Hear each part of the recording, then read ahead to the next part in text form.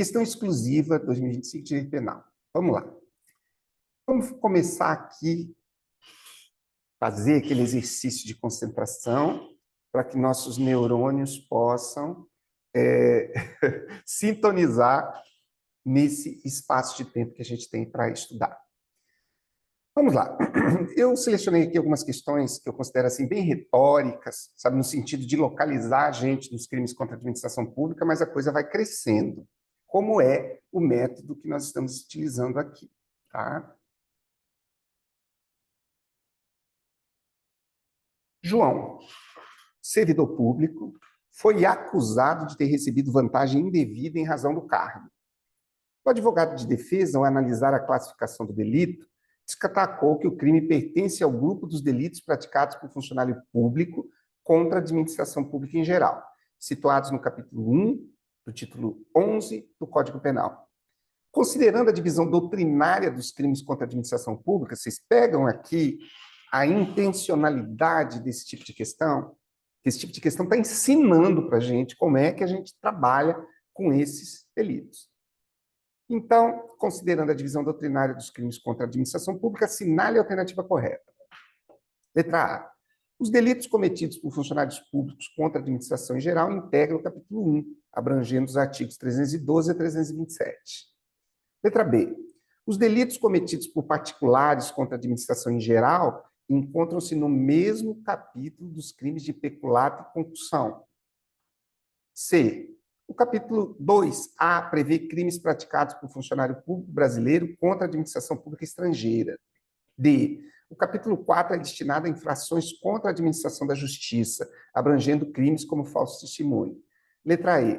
O capítulo 2B, inserido pela Lei 14.133, abarca crimes contra as finanças públicas. O gabarito é a letra A. É só o que está interessando para a gente aqui, tá? Os delitos cometidos por funcionários públicos contra a administração em geral integram o capítulo 1, abrangendo os artigos 312 a 327. Informação preciosa, né? Então, vamos para a fundamentação. O título 11 é o penúltimo da parte especial do Código Penal. Está dividido da seguinte forma. Capítulo 1, crimes praticados por funcionário público contra a administração em geral. Artigos 312 a 327. Vamos para a próxima. Eu vou fazer a leitura dessa aqui também. São questões bem propedêuticas, né? No sentido de dar uma localização inicial, topográfica para a gente, a respeito do que a gente está trabalhando. A respeito da divisão dos crimes contra a administração pública, analise as proposições abaixo. Os crimes praticados por particulares contra a administração pública em geral são os previstos no capítulo 2, abrangendo os artigos 328 a 337-A. 2. O capítulo 2A, embora intitulado Crimes praticados por particular contra a administração pública estrangeira, tutela em verdade a regularidade das transações comerciais internacionais. 3. O capítulo 2B, introduzido pela Lei 14.133, regula os crimes em licitações e contratos administrativos, compreendidos entre os artigos 337-E e 337-P. 4. O capítulo 3 cuida dos crimes contra as finanças públicas, como peculato e concussão, abrangendo os artigos 338 e 359. A 359.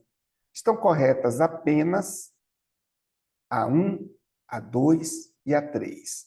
Então, agora, nós podemos fazer um sobrevoo aqui rapidinho.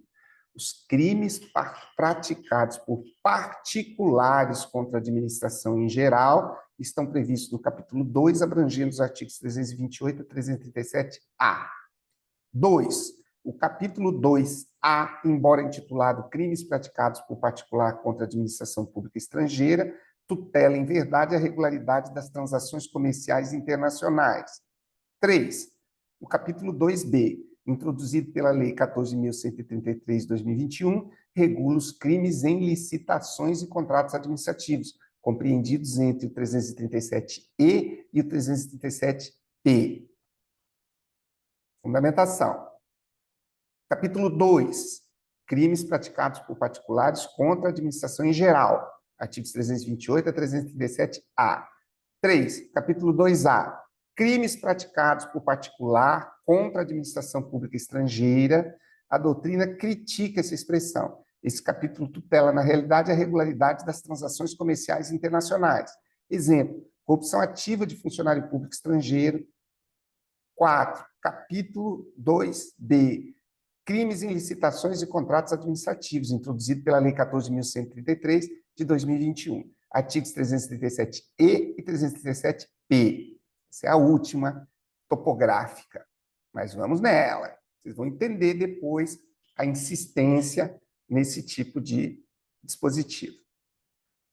Letra A. O capítulo 3... perdão. A classificação sistemática dos crimes contra a administração pública permite compreender a lógica da tutela estatal em diferentes esferas de atuação.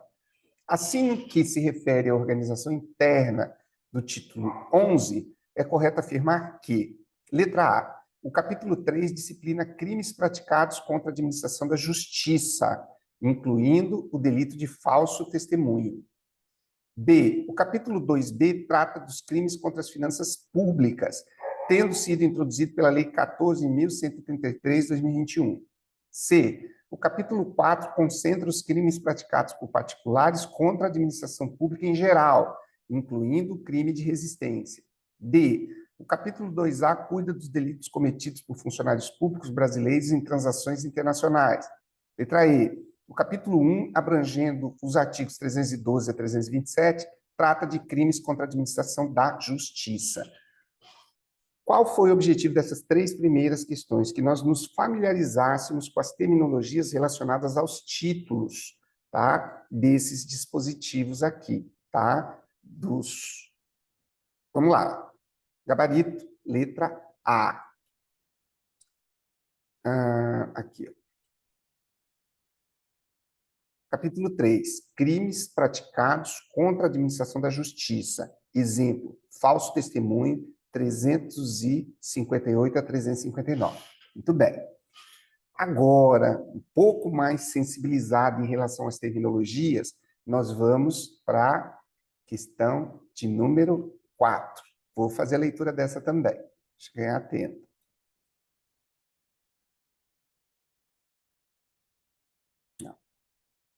Carlos, funcionário público, foi denunciado por se apropriar de valores que tinha em posse e razão do cargo.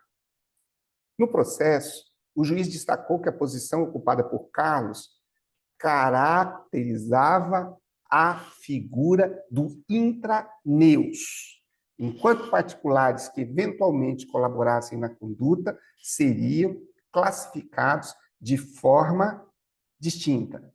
Diante disso, considerando a doutrina penal acerca da classificação dos sujeitos nos crimes contra a administração pública, assinale a alternativa correta.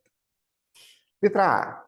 Apenas o particular pode ser considerado intraneus desde que pratique o crime em concurso com o servidor público? Letra B. O intraneus é o funcionário público, enquanto o extraneus corresponde ao particular?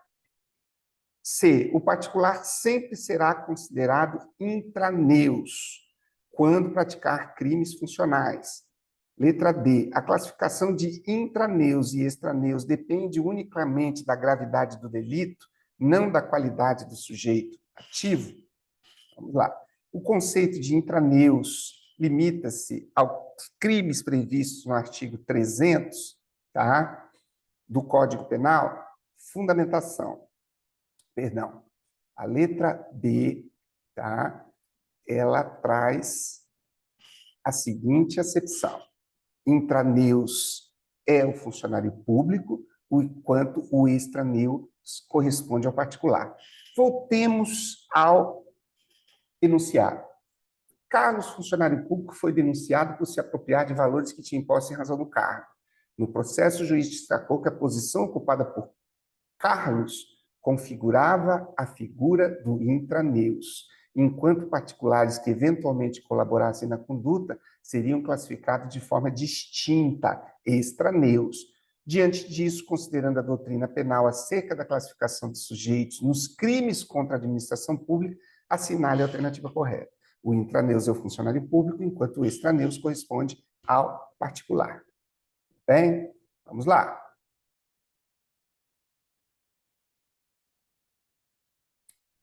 Quem pode ler para nós, por gentileza, essa questão de número 5? Não se apavore, estudo de direito penal é assim mesmo. Se a gente começasse pela teoria do crime, pela teoria da pena, ia estar muito pior.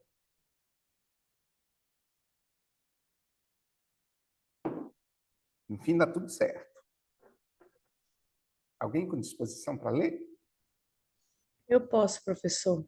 E Valci, querida, estamos de aniversário hoje, é? É, Parabéns, tá, querida? Que Deus te obrigada. abençoe. Amém. A respeito das características do crime contra a administração pública, analise as proposições abaixo. 1.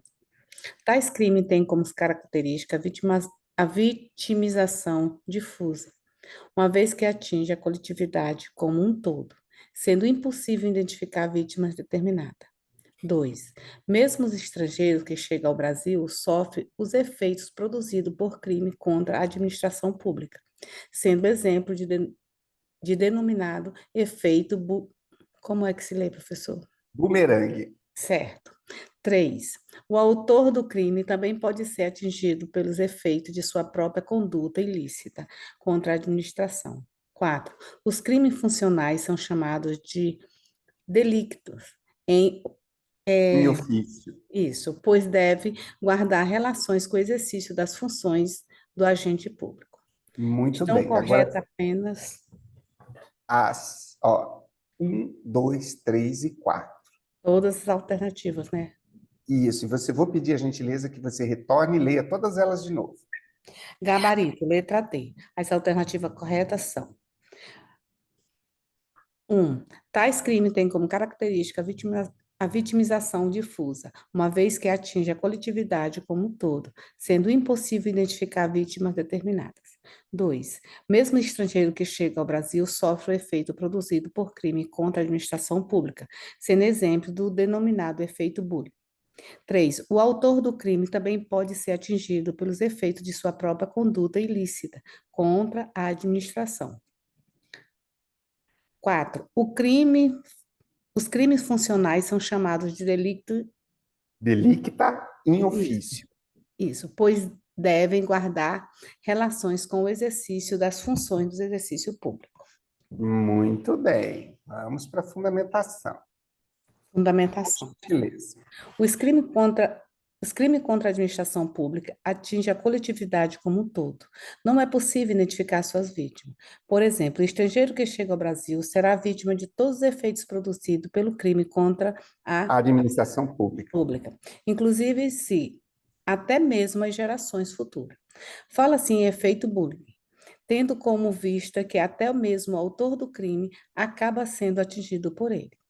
Além disso, os crimes funcionais são chamados de não consigo, Delicta in delicta officio. em ofício, pois não basta que seja praticado por funcionários públicos contra a administração pública, devendo ter relação com o exercício de suas funções. Olha que coisas importantes que nós estamos falando aqui, da vitimização difusa dos crimes contra a administração pública, né? Fala-se aqui também essa parte finalzinha, daqui a pouco vai começar a fazer mais sentido para nós. Não basta que o crime seja praticado por funcionário público contra a administração pública. Esse crime deve ter relação com com o exercício de suas funções. Bem importante isso. Obrigado, Ivalci. Vamos avançar. Quem pode ler para a gente a próxima?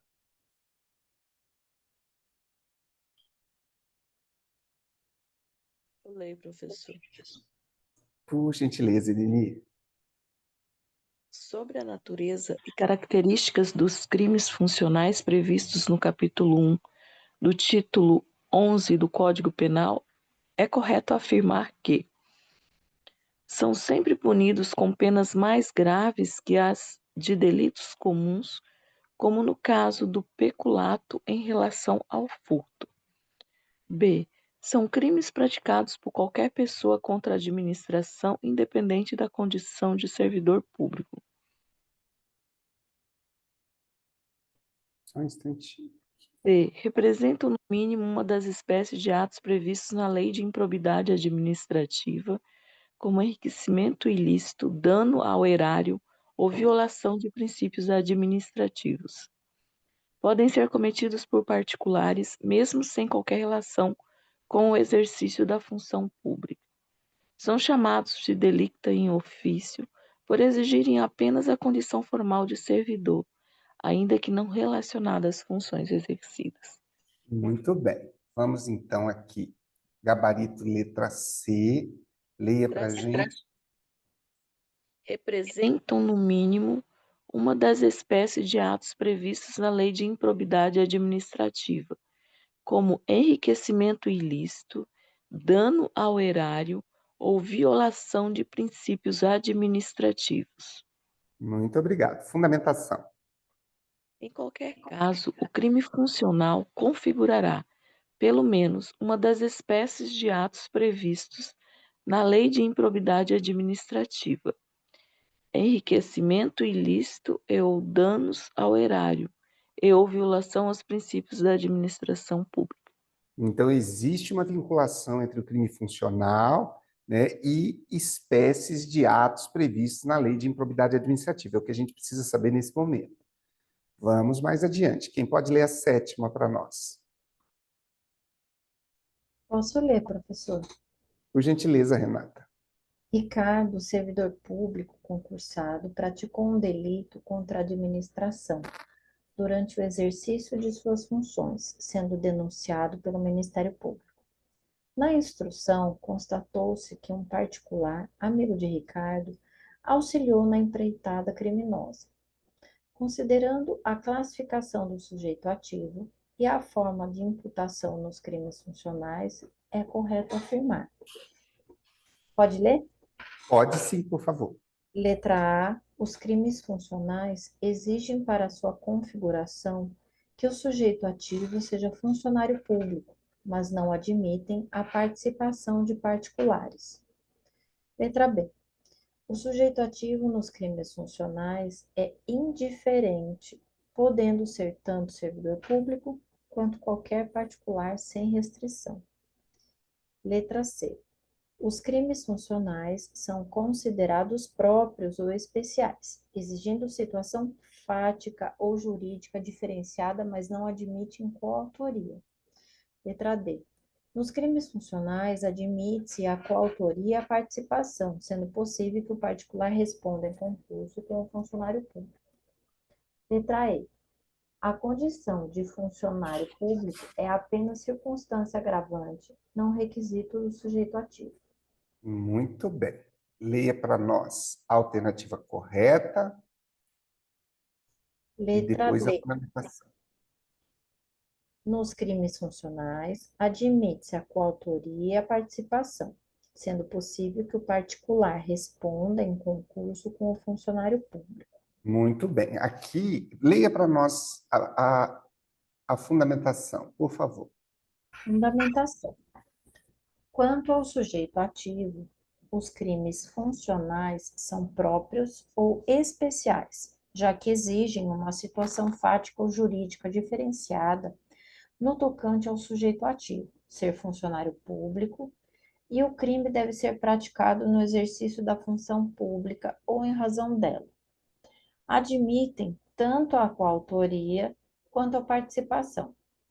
Portanto, particular em concurso com funcionário público poderá responder por crime funcional. Muito bem. Uma coisa que eu gostaria que vocês lembrassem quando a gente está estudando direito penal é que direito penal ele pode ser para muita gente aquela disciplina assim que o estômago embrulha, né? Que não consegue, que não entra, que não consegue. E eu vou te dizer que pela minha experiência, o direito penal ele se assemelha em termos de aprendizado a você aprender a andar de bicicleta. Você pode ler todos os manuais, mas vai ter que cair, vai ter que pedalar, vai ter que se esforçar, e daqui a pouquinho você está andando e não consegue explicar por que você andou. Então, aqui nós estamos utilizando uma técnica parecida com isso. De início, a gente começa, puxa, nunca abri um código penal, a gente começa a entender em que parte do direito penal está, a gente começa a entender alguns elementos aqui dos crimes contra a administração pública que estão presentes aqui na fundamentação. Olha que coisa importante. Primeiro, é a insistência do examinador chamar os crimes contra a administração pública de crimes funcionais. tá? Então, nós já temos que nos familiarizar por isso. São próprios ou especiais, já que exigem uma situação fática ou jurídica diferenciada no tocante ao sujeito ativo. Ser funcionário público. O crime contra a administração pública, em essência, ele precisa ser praticado pelo funcionário público e o crime deve ser praticado no exercício da função pública ou em razão dela. Admite tanto a coautoria quanto a participação. Portanto, particular em concurso com funcionário público poderá responder por crime funcional. Tá? Então, nós precisamos aqui conectar dois elementos. Né? Ali, anteriormente, nós tínhamos falado que o crime funcional tem que ser praticado por funcionário público e o crime deve ser praticado no exercício da função pública. Mas nós sabemos que ainda tem a coautoria e a participação. E, nesse sentido, o particular pode responder por crime funcional em coautoria e participação com o funcionário público. Qual é a diferença entre coautoria e participação? Nós sabemos que, alguns sabem, né, que a prática de um delito, dentro do direito penal, nós temos a tipificação do delito. Ninguém pode ser punido sem uma lei anterior, né, e uma pena prévia. Isso tem que estar estabelecido em lei, é o princípio da legalidade, né? Mas aqui eu queria que vocês percebessem uma coisa. Quando nós estamos falando em coautoria, isso significa que o outro participou da execução do crime praticando em igualdade de condições todos os elementos do tipo. Tá? A participação, ela sempre vai incidir sobre algum dos elementos acessórios do tipo. Então, é perfeitamente possível, é chamado também de participação de menor importância, e isso produz uma redução na pena. O que a gente precisa saber aqui? Que, em essência, crime funcional é crime praticado por funcionário público. Isso é suficiente? Não. É preciso que ele seja funcionário público e ainda que o crime seja praticado no exercício da função ou em razão dela. Tudo bem? Outra pergunta que pode vir. O particular pode praticar crime contra a administração pública sozinho? Não. Ele só pode praticar em coautoria, né, ou participação em concurso com funcionário público. Tá? Então, vamos ficar atentos a isso. Olha aqui. Vamos observar que o Ricardo, servidor público, concursado, praticou um delito contra a administração durante o exercício de suas funções, está tudo legal, de acordo com o que a gente falou, sendo denunciado pelo Ministério Público. Na instrução, constatou-se que um particular amigo de Ricardo auxiliou na empreitada criminosa, considerando a classificação do sujeito ativo e a forma de imputação dos crimes funcionais, letra D.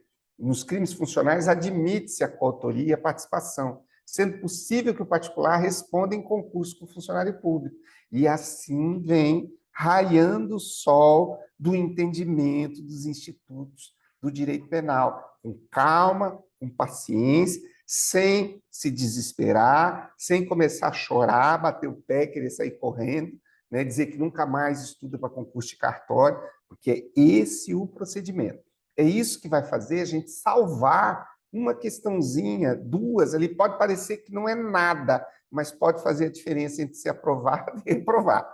Então, nós não podemos deixar de fora nada. Tudo que a gente puder amealhar em termos de questões, a gente vai. Então, agora, por mais que nós não entendamos entendamos nada de direito penal, a gente já começou a entender alguma coisa. E nós vamos ver que esse entendimento vai se aprimorar de uma forma absurda. Tudo bem? Olha lá. Então, sempre uma situação fática ou jurídica diferenciar. Esse elemento aqui, às vezes, cai, já vi isso cair em concurso. O que significa o próprio ou especial no que diz respeito aos crimes contra a administração pública ou crimes funcionais?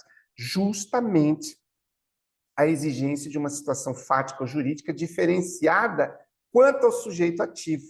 Então, sempre que nós falamos em crime próprio, nós estamos falando de crimes que só podem ser praticados por determinadas pessoas. Tudo bem? Quem pode ler a 8 para nós? Eu prometo para vocês que o entendimento vai vir em torrentes, mas vai vir devagarinho. Alguém se habilita? Questão de número 8.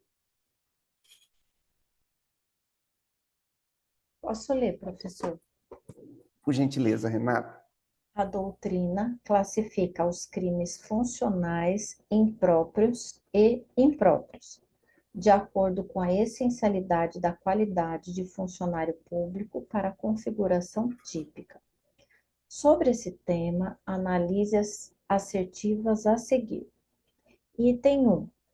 Nos crimes funcionais próprios ou puros, a condição de funcionário público é indispensável à tipicidade, de modo que, ausente tal qualidade, o fato será atípico.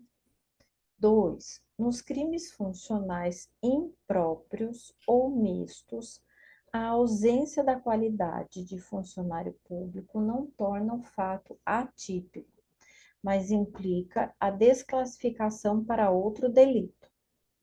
3. A distinção entre crimes funcionais próprios e impróprios está diretamente relacionada à possibilidade de punição do particular em concurso com o funcionário público.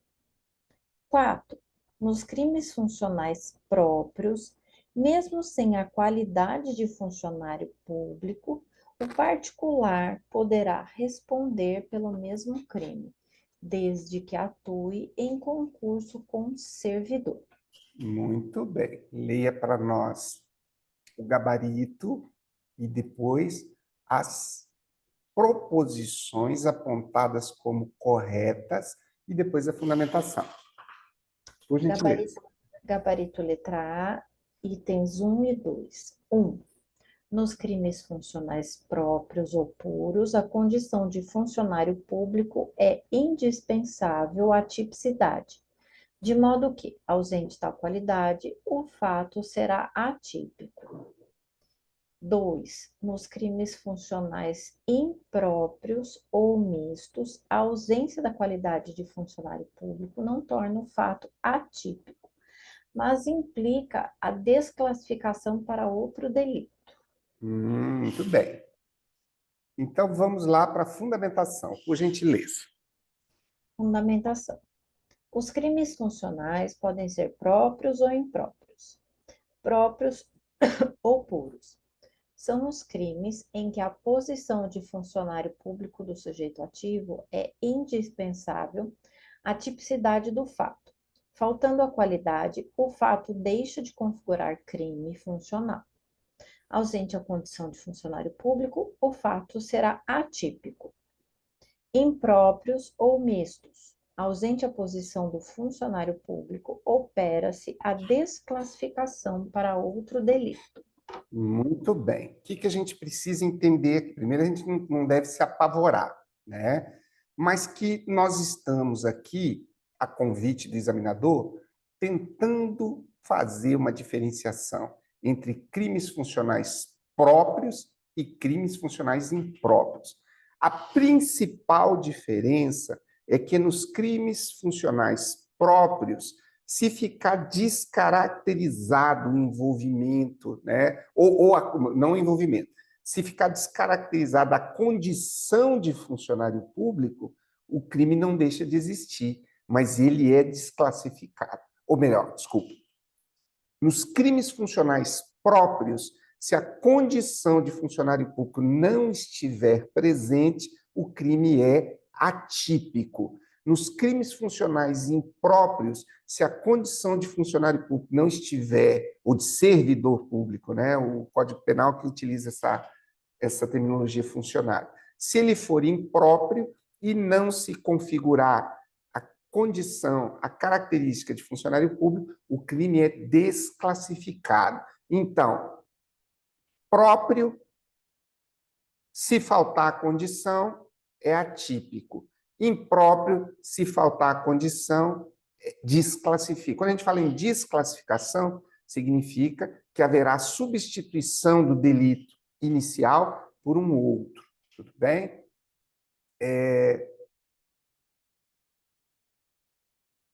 Aqui, eu acho que vale a pena ainda, né, a gente fazer mais uma leiturazinha. Nos crimes funcionais próprios ou puros, a condição de funcionário público é indispensável à tipicidade, de modo que, ausente tal qualidade, o fato é atípico. A atipicidade faz com que o crime não se configure. 2. Nos crimes funcionais impróprios ou mistos, a ausência da qualidade de funcionário público não torna o fato atípico, mas implica na desclassificação para outro delito. Aqui na 3, vale a pena a gente examinar porque que ela não está correta. A distinção entre crimes funcionais próprios e impróprios está diretamente relacionada à possibilidade de punição do particular em concurso com funcionário público. Não. A distinção entre crimes funcionais próprios e impróprios está associada à atipicidade ou à desclassificação. 4. Nos crimes funcionais próprios, mesmo sem a qualidade de funcionário público, o particular poderá responder pelo mesmo crime, desde que atue em concurso com o servidor. Alguém consegue dizer por que a 4 está errada?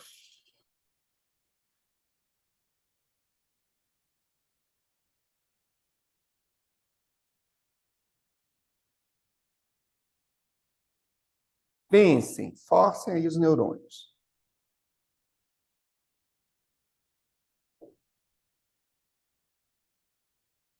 É porque é impróprio, não é, professor? Muito bem. Mas o que mais?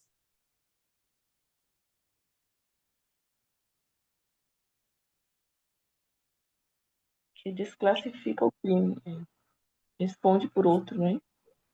Vamos entender duas coisas aqui, que nós precisamos ter certeza de que está bem claro. O que é tipicidade barra atipicidade e o que é desclassificação? Eu vou fazer uma colocação, uma brincadeira, mas que é... Gente, existe a possibilidade de um cidadão matar o outro sem matar o outro? Não tem como, é uma coisa ilógica, né? Alguém A só pode matar B matando B. Como assim, professor? Bom, quando nós falamos que só é possível A, Tício matar Mévio matando o Mévio, isso significa que existe uma conduta, existe um verbo, existe uma ação. Esse verbo nuclear dessa ação, ele precisa ser praticado para que o crime se configure. Se o verbo não for praticado, não há a caracterização do crime. Então, tipicidade é justamente a perfeita adequação da conduta à descrição dela na lei penal. Tanto que se diz que tipo é sinônimo de rótulo, né? Então, eu posso olhar assim de maneira fictícia para o Código Penal e entender que ali existe um arquivo de rótulos. Existem vários rótulos, várias condutas que são rotuladas. Em todas essas condutas tem um verbo nuclear.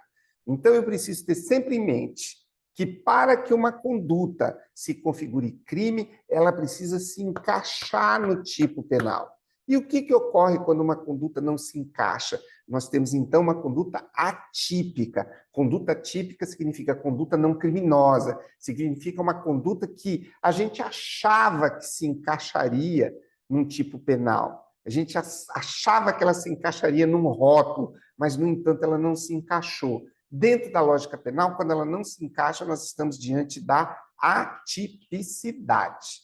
Então, sempre que eu disser, olha, o fato é atípico, o que eu estou querendo dizer? Não se encaixa no tipo penal, não é crime. Mas agora eu tenho um outro conceito para dar conta, que é o conceito de desclassificação. Na desclassificação, eu verifico que aquela conduta ela se encaixa direitinho na descrição penal. Não tem Mas o problema é que falta um elemento para que se encaixe completamente.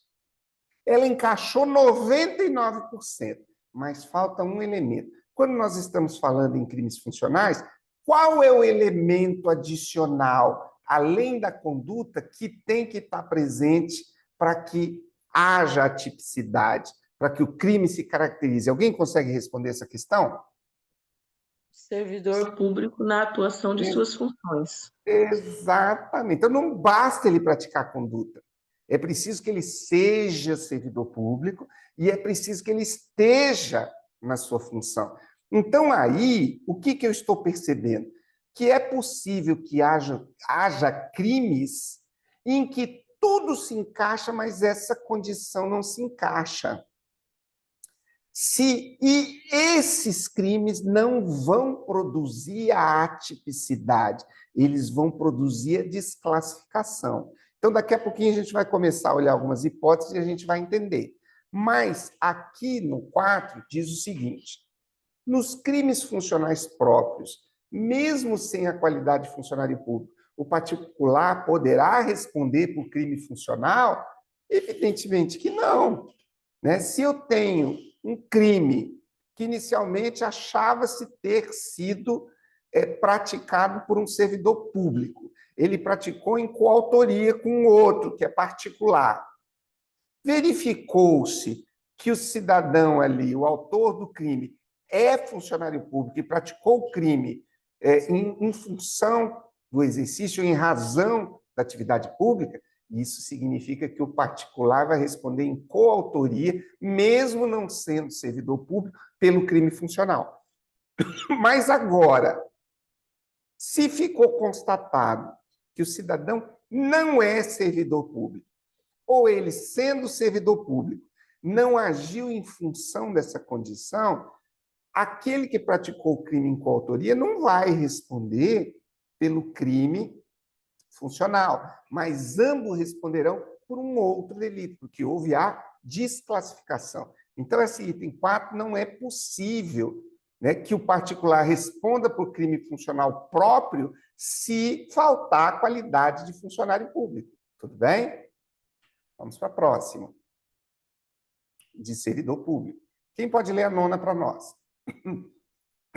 Até que avançamos bem. Eu achei que a gente não ia passar das 5.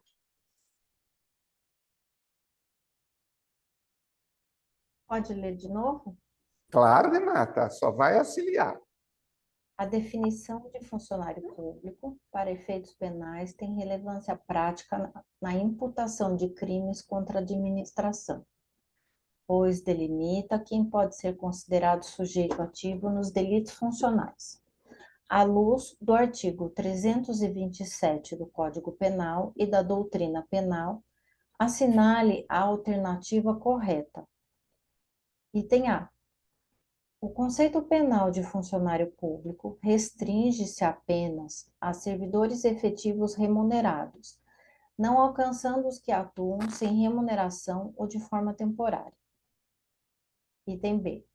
Não se equiparam a funcionário público os que exercem funções em entidades paraestatais, pois sua natureza jurídica não é de administração direta.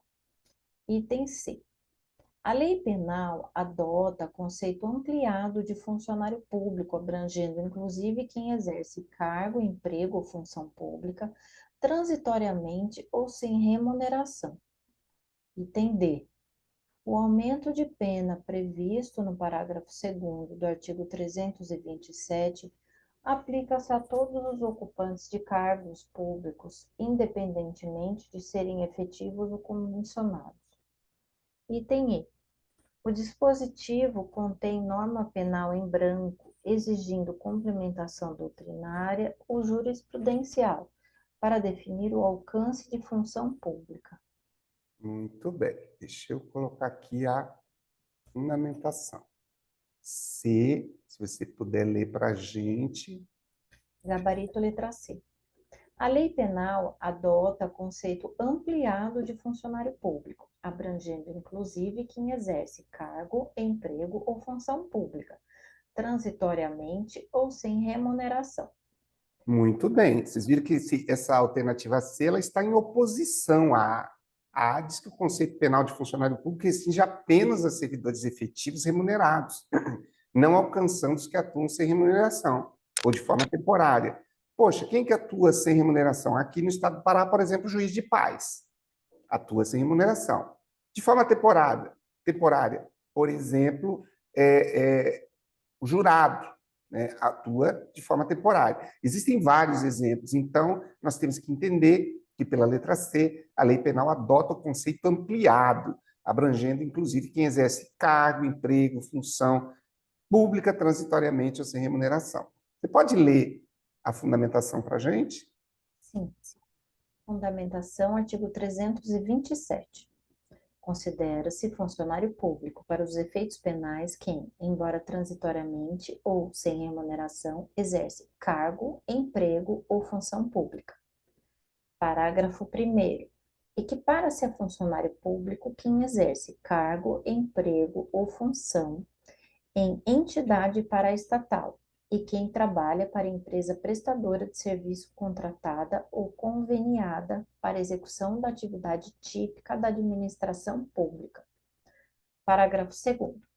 A pena será aumentada de terça parte quando os autores dos crimes previstos neste capítulo forem ocupantes de cargos em comissão ou de função de direção ou assessoramento de órgão da administração direta, sociedade de economia mista, empresa pública ou fundação instituída pelo poder público.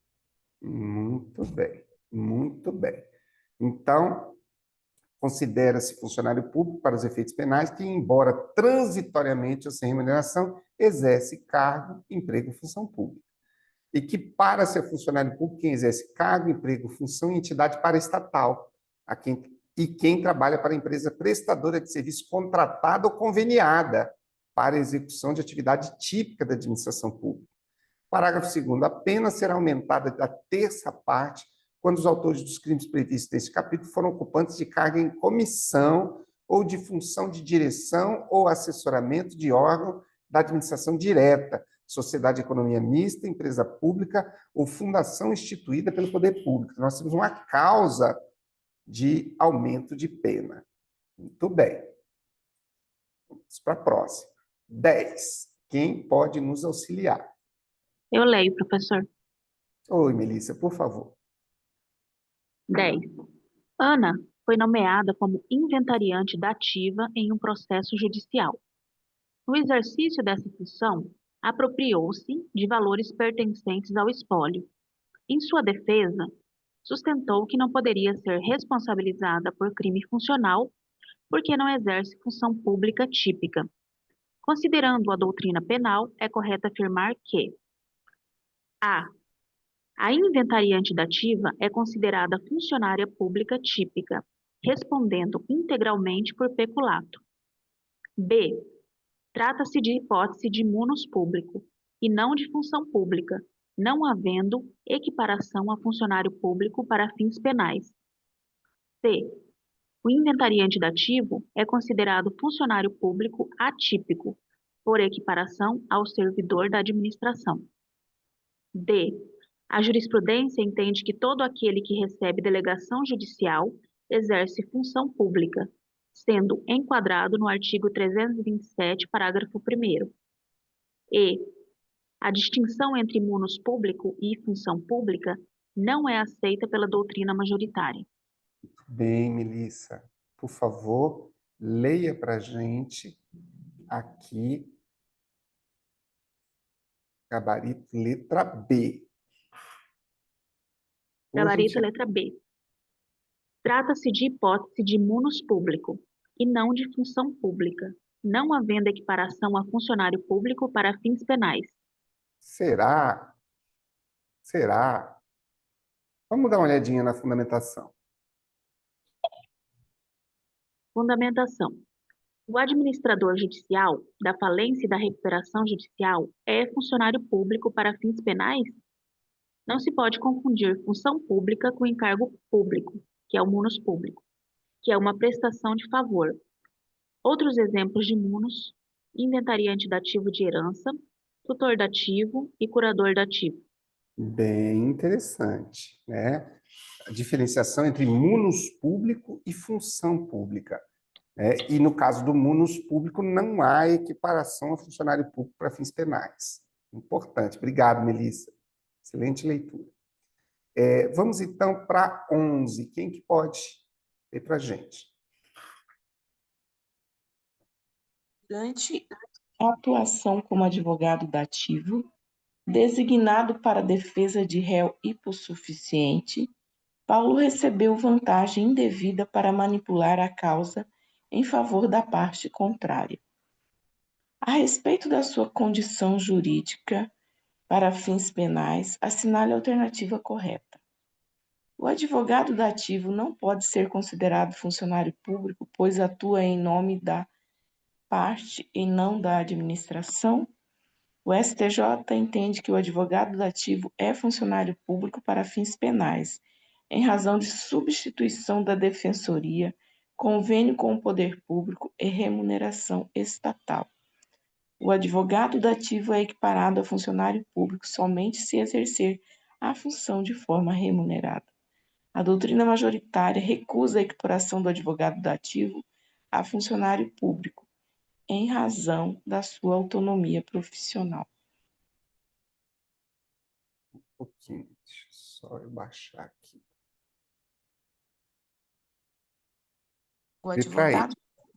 O advogado dativo não exerce função pública, mas apenas um munus público, razão pela qual não se aplica o artigo 327, parágrafo 1º. Muito bem. O gabarito, letra B, qual O é? STJ entende que o advogado dativo é funcionário público para fins penais, em razão de substituição da defensoria, convênio com o poder público e remuneração estatal. Então, nós temos que entender que a Defensoria Pública nem sempre houve a Defensoria Pública e quando passou a existir, foi muito lento o processo de institucionalização. Durante esse período, um convênio da OAB com o Estado permitia que advogados fizessem esse trabalho, né, e recebessem, né, os seus... Tinha um nome específico, não me lembro agora, né, mas uma remuneração específica pelo trabalho desenvolvido. Então, nesse sentido, o STJ tem um posicionamento. Vamos ler a fundamentação, por favor. O advogado... Os cachorros estão Oi? atacados. O Não entendi. advogado dativo... Espera aí, acho que tem um... Peço. Eu mesmo leio. Fundamentação. E o advogado dativo? Prevalece no STJ que o advogado dativo é funcionário público para fins penais, em razão de 3 motivos. Faz as vezes da defensoria, existe convênio com o poder público, recebe do poder público. Muito bem. Muito obrigado, Ednei. Vamos fazer a leitura da 12? Estou adorando essa produtividade. Achei que penal é que menos ia andar, é a que mais está andando. Alguém se habilita? Posso ler, professor? Henrique, que bom. Leia para nós. Sobre a classificação do funcionário público para fins penais, analisa as proposições a seguir. 1. O funcionário público típico é aquele que exerce cargo, emprego ou função pública, ainda que transitoriamente e sem remuneração. 2. O administrador judicial da falência é considerado pacificamente funcionário público para fins penais, por exercer função de administração de bens. 3. O funcionário público atípico é aquele equiparado pelo artigo 327, parágrafo 2º, abrangendo quem atua em entidade paraestatal ou em empresa conveniada com o Estado. 4. Os empregados da OAB são equiparados a funcionários públicos para fins penais, conforme o entendimento do STJ. Muito bem. Vamos para o gabarito. Gabarito, letra B, estão corretas apenas 1, 3 e 4. 1. O funcionário público típico é aquele que exerce cargo, emprego ou função pública, ainda que transitoriamente e sem remuneração. 3. O funcionário público atípico é aquele equiparado pelo artigo 327, parágrafo 1º, abrangendo quem atua em entidade paraestatal ou em empresa conveniada com o Estado. E 4. Os empregados da OAB são equiparados a funcionários públicos para fins penais, conforme entendimento do STJ. Muito bem. Vamos para a fundamentação. Gabarito B, fundamentação.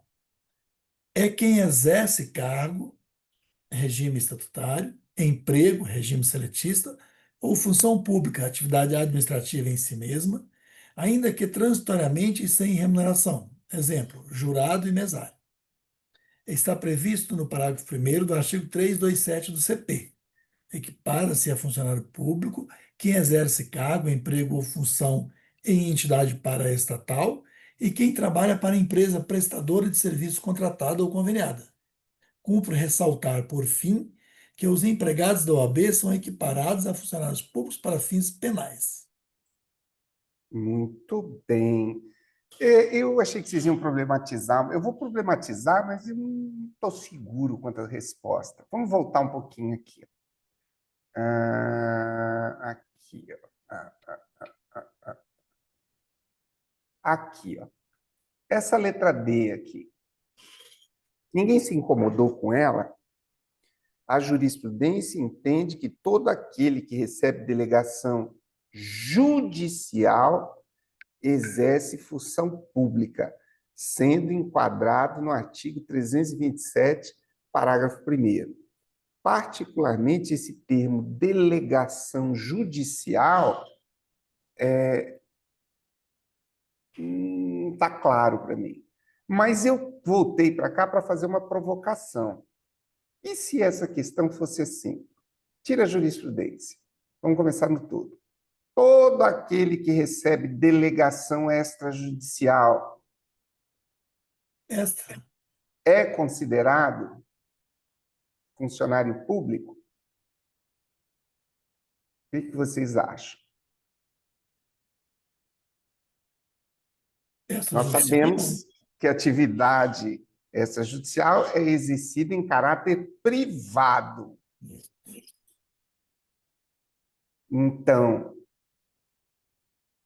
se nós tivermos um crime, nós estaríamos diante de um crime contra a administração pública? Professor, Pois não. por exemplo, o advogado da ativa, ele é um profissional que ele é nomeado e ele recebe do Estado, o que diferencia, né? Exatamente. Ele diferencia aí no caso do extrajudicial. Pois é, mas no extrajudicial nós temos ali uma expressão função pública. Eu estou tocando nesse assunto porque eu tenho dificuldade com esse assunto, eu não sei. Para mim, eu iria, numa interpretação própria, sem ter um respaldo assim, em termos de estudo, eu iria pela linha da função pública. Ele exerce uma função pública. Tabelião exerce, ainda que em regime de delegação, mas ele exerce em caráter privado. Aí a pergunta é, penalmente falando, ele pode ser responsabilizado como funcionário público ou não? Eu achei uma provocação interessante. Eu não sei. Agora, nesse momento, não. A minha provocação é no sentido de que a gente vai atrás. O que diz aqui? Quem exerce cargo, que é regime estatutário, regime ou função pública, né? Que é uma atividade administrativa. Nós não exercemos uma função no caráter de servidor, como servidores, mas exercemos através de delegação pública. Então, isso é algo que, inclusive, está no programa, a gente tem que saber, né? Qual é a responsabilidade penal E se nós não deixarmos isso claro agora, nós vamos ter que esclarecer isso nos nossos próximos encontros, tá? Professor, Pode falar, eu, Elci. eu encontrei aqui que no Código Penal, artigo 327, considerando o funcionário público para efeitos penais que, embora transitoriamente ou sem remuneração, exerce cargo, emprego ou função pública. A própria jurisprudência inclui os notários e registradores nessa categoria, pois eles exercem atividade delegada pelo poder público. Artigo 236 da Constituição Federal. Muito bem, você. Muito bem. Então, já é uma colaboração aqui que você trouxe a menção de que a jurisprudência entende que ele seria considerado um funcionário público, porque essa distinção a gente precisa fazer, tá? Obrigado, Ivalci. E eu recomendo que vocês peguem as doutrinas que vocês têm aí e procurem aprimorar esse assunto, tá? É o que eu vou fazer. Vamos para a próxima, para 13.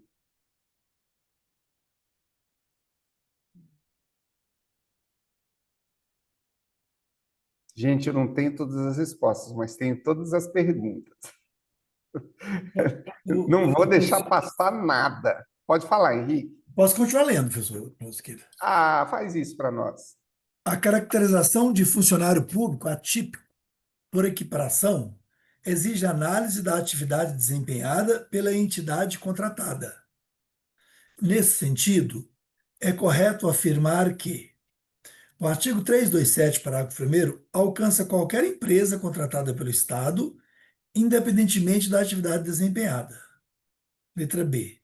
Funcionários de empresas contratadas para atividades meramente atípicas da administração também são equiparados a servidores públicos. Letra C. Apenas aqueles que exercem funções em entidades paraestatais ou empresas prestadoras de serviços contratados, conveniados, para atividades típicas da administração são considerados funcionários públicos por equiparação. D. Os empregados de hospitais particulares jamais são equiparados a funcionários públicos, mesmo que subvencionados pelo Estado. Letra E. A decisão do STF na ADI 3026/DF afastou definitivamente qualquer possibilidade de enquadramento dos empregados da OAB como funcionários públicos. Opa, a gente já viu alguma coisa sobre a OAB.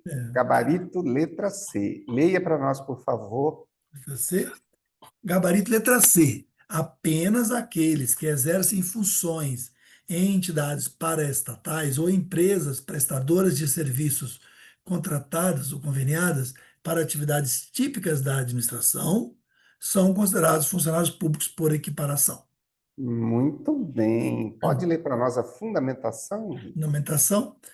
Assim, é funcionário público por equiparação quem exerce cargo, emprego ou função em 1. Entidade paraestatal. 2. Empresa prestadora de serviço contratada. 3. Empresa prestadora de serviço conveniada. Essas empresas devem ser contratadas ou conveniadas para a execução de atividade típica da administração. Se a empresa for contratada para atividade atípica, não se trata de funcionário público. Muito bem, se esclarece bastante coisa. Obrigado. Professor, por favor, Jéssica. E os em relação à delegatários? dúvida anterior, eu creio que cabe ler o artigo 24 da Lei 8.935, que diz Por que a favor. responsabilidade criminal será individualizada, aplicando-se no que couber a legislação relativa aos crimes contra a administração pública. Show de bola, Jéssica. Show de bola. Matou a charada, né? Temos um respaldo legal para essa caracterização. Eu sempre soube que é equiparado ao funcionário público, mas na hora ali eu não estava achando o A embasamento fundamentação, né? Não, eu achei legal. genial. Eu acho que é na 8.935, daí consegui achar. Você vê a importância que tem desse estudo. A gente já fez a leitura da da 8935, a gente passou para lá, passou para cá, e esse aspectozinho aí, só que é o seguinte, agora ele entrou no nosso radar, né? Agora ele entrou no nosso radar. É por isso que mar calmo não faz bom marinheiro, né? Quando é que nós iríamos imaginar que a gente já estudou isso e não lembrava? Tem ideia de como responder. Agora já ficou bem claro, tá? Com base na lei. O que nós estamos fazendo? Estudo de lei seca. A gente não precisou nem de jurisprudência. Nota 10. Muito legal. Qual é o artigo 24? Isso, 4. Muito bem. Quem pode ler para nós a 14? Olha só, isso aí já valeu metade do nosso encontro aqui. Isso é retenção. O que aconteceu em relação... Nós estudamos esse artigo, mas a retenção não aconteceu de maneira legal. Então, agora ela aconteceu. Por favor, faça a leitura para nós, quem puder.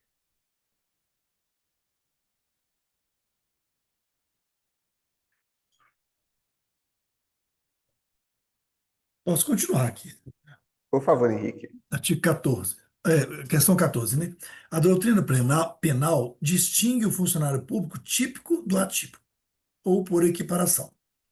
Considerando essa diferenciação, assinale a alternativa correta. Letra A. O funcionário público típico é aquele previsto no artigo 327, parágrafo 1º, abrangendo inclusive empregados de empresas privadas conveniadas. B. O funcionário público atípico corresponde àquele que exerce cargo, emprego ou função pública direta sob regime estatutário ou seletista. C. Enquanto o funcionário público típico exige vínculo direto com cargo, emprego ou função estatal, o atípico decorre da equiparação legal prevista no artigo 327, parágrafo 1º. D. A diferença entre típico e atípico é meramente terminológica, não havendo implicações práticas na esfera penal. Letra E. Apenas o funcionário público típico pode figurar como sujeito ativo dos crimes funcionais, vedada a responsabilização de equiparados. Muito bem. Vamos lá. Já daria para a gente arriscar. Vamos tentar arriscar? Qual é aquela que vocês acham mais simpática? Vamos forçar um pouquinho os neurônios aí. Letra C, professor?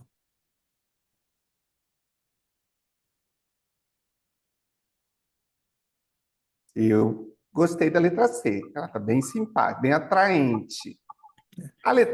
Oi? A letra A diz que o funcionário típico é aquele do 327, abrangendo inclusive empregados de empresas privadas conveniadas. Aí nós estamos falando de equiparação. B. O funcionário público atípico corresponde àquele que exerce o cargo. Esse é o típico, né? A D. A diferença entre típico e atípico é meramente terminológica, não havendo implicações práticas. Claro que há. Letra E. Apenas o funcionário público típico pode figurar como sujeito ativo dos crimes funcionais, vedada a responsabilização de equiparados. Não, responsabiliza-se o funcionário, por isso é o termo equiparado. Então, a letra C, enquanto o funcionário público típico exige vínculo direto com o cargo, emprego ou função, o atípico decorre da equiparação legal prevista. Aí, fechou. Pode ler a fundamentação para nós, a alternativa correta? Beleza. Não estou conseguindo. Agora, né? Fundamentação. Funcionário. Leia a alternativa, por favor, a correta. Alternativa. Enquanto o funcionário público típico exige vínculo direto com cargo, emprego ou função estatal, no meu caso, né, eu sou analista judiciário do Tribunal do Trabalho. Perfeitamente. O atípico decorre da equiparação legal prevista no artigo 327, parágrafo 1º. Muito bem, vamos para a fundamentação. Fundamentação. Funcionário público típico ou propriamente dito é quem exerce cargo, emprego ou função pública, ainda que transitoriamente e sem remuneração. Funcionário público atípico ou por equiparação está previsto no parágrafo 1º do artigo 327 do CP, abrangendo entidades paraestatais e empresas conveniadas / contratadas para execução de atividade típica da administração. Muito bem, Henrique. Eu acho que para fechar com chave de ouro, a gente trabalha, então, a 15. Deixa eu ler a 15. Cláudio, ocupante de cargo em comissão. Olha lá, querendo complicar. Eu lembro que tinha um parágrafo lá que falava em cargo em comissão. Cláudio, ocupante de cargo em comissão na administração direta estadual, foi condenado por peculato culposo. Na dosimetria, o magistrado aplicou aumento de pena de 1/3, reconhecendo a incidência da majorante prevista no 327, parágrafo 2º do Código Penal. Sobre a situação narrada, assinale a alternativa correta. Letra A. A majorante não incide sobre peculato culposo, aplicando-se apenas aos crimes funcionais dolosos. B. A majorante aplica-se a todos os crimes funcionais, inclusive ao peculato culposo, quando praticado por ocupante de cargo em comissão. C. O aumento de pena somente pode ser reconhecido nos crimes de peculato doloso, concussão e corrupção passiva. D. A circunstância de aumento exige a comprovação da vantagem econômica oferida em razão do cargo em comissão. E. A incidência da causa de aumento depende de previsão expressa em legislação complementar, além do Código Penal. Letra B. A majorante aplica-se a todos os crimes funcionais, inclusive ao peculato culposo, quando praticado por ocupante de cargo em comissão. Ou seja, o comissionado se lasca, né? Ele tem aumento de pena. É mister frisar que a referida majorante se aplica a todos os crimes funcionais, inclusive peculato culposo.